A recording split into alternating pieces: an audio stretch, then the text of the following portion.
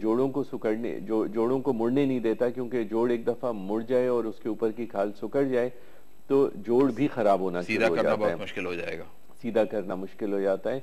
तो इस ये भी यानी कि बर्न्स का एक बड़ा कॉमन सीक्वेली है कि बेइंतहा जो है वो इस तरह के सुखड़ी हुई खाल के साथ आपको अक्सर लाइट सिग्नल्स पे भी लोग नज़र आते हैं कि जो इस मसाइल का, जी हाँ, इस मसले का शिकार होते हैं, जबकि ये इजीली करेक्टेबल सिचुएशन है और ज़्यादातर लोग मतलब ठीक किए जा सकते हैं। एक और चीज़ डॉक्टर साहब, जो इनहेलेशनल बर्न्स होते हैं कि मतलब किसी ने कोई तेजाब या कोई और केमिकल सूंघ लिया, तो वो बर्न्स जो होते हैं वो फिर चेहरा नहीं जलता बल्कि अंदरूनी आज़ा जलते हैं, तो इस पे ज़रा कुछ आप कहेंगे? जी, इनहेलेशनल बर्न जैसे आपने फरमाया कि ये भी दो तरह के हो सकते हैं, एक केमिकल इनहेलेशनल बर्न हो सकता है और एक हीट इनहेलेशनल बर्न हो सकता है।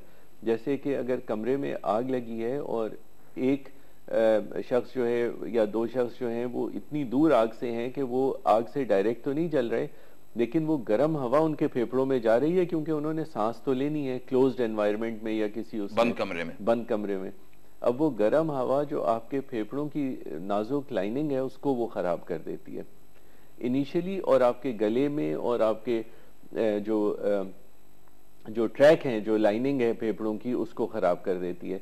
तो शुरू में इनिशियली जो है वो अंदाज़ा नहीं हो पाता है कि ये जो है अंदर से इनहेलेशनल बर्न हुआ है या नहीं हुआ है। वो 12-14 घंटे के बाद, जब इंजरी के बाद जब जिस्म आपका रिएक्ट करता है तो वहाँ पे उन जगहों पे सूजन आती है। जब सूजन आनी शुरू होती है तो सांस चोक होनी शुरू हो जाती है और फिर वो एक इमरजेंसी या क्राइसिस सिचुएशन बन जाती है।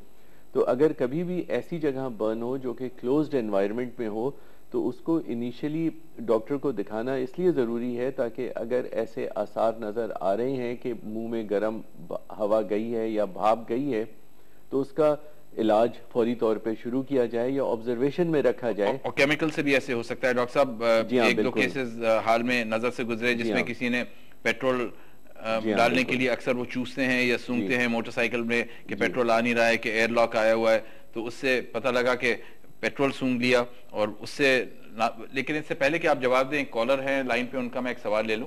हेलो जनाब, अस्सलाम वालेकुम। वालेकुम जनाब, अपना नाम बताइए और कहाँ से रिंग कर रहे हैं? मेरा नाम इरफान है। जी इरफान साहब, कहाँ से बोल रहे हैं? कराची से। जी जी फरमाइए, सवाल क्या है?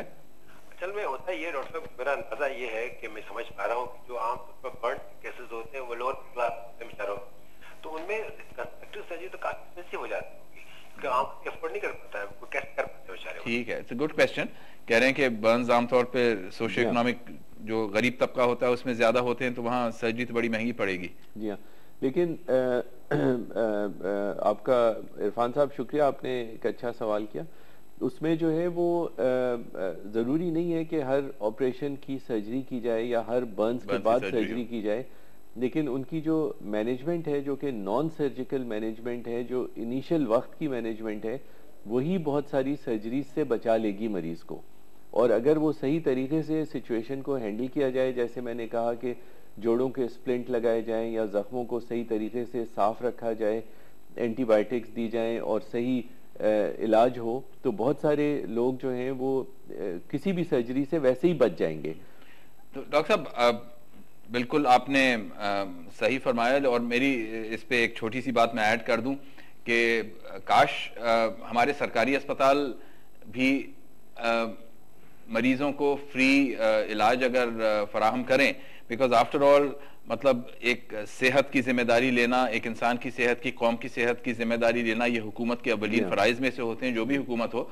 लेकिन अनफॉर्चुनेटली हमारे मुल्क में यह है कि 1% से कम हमारा जो बजट होता है वो हेल्थ में जाता है, और अगर कि हुकूमत की तरफ से ज़्यादा बजट हमारा अगर हेल्थ की तरफ डाला जाए, लोगों की सेहत पे फोकस किया जाए, तो हो सकता है कि जो हमारे सरकारी अस्पताल हैं वहाँ पे ये मुफ्त सारा इलाज मुयस्सर हो जाए, ताकि जैसे कि हमारे कॉलर फरमा रहे थे कि गरीब लोग होते हैं अक्सर जिनको ये मसला होता है, तो अगर वो किसी सरकारी अस्पताल में मुफ्त इसका इलाज उनको मिल जाए तो उनको इस तकलीफ से बचत हो जाएगी।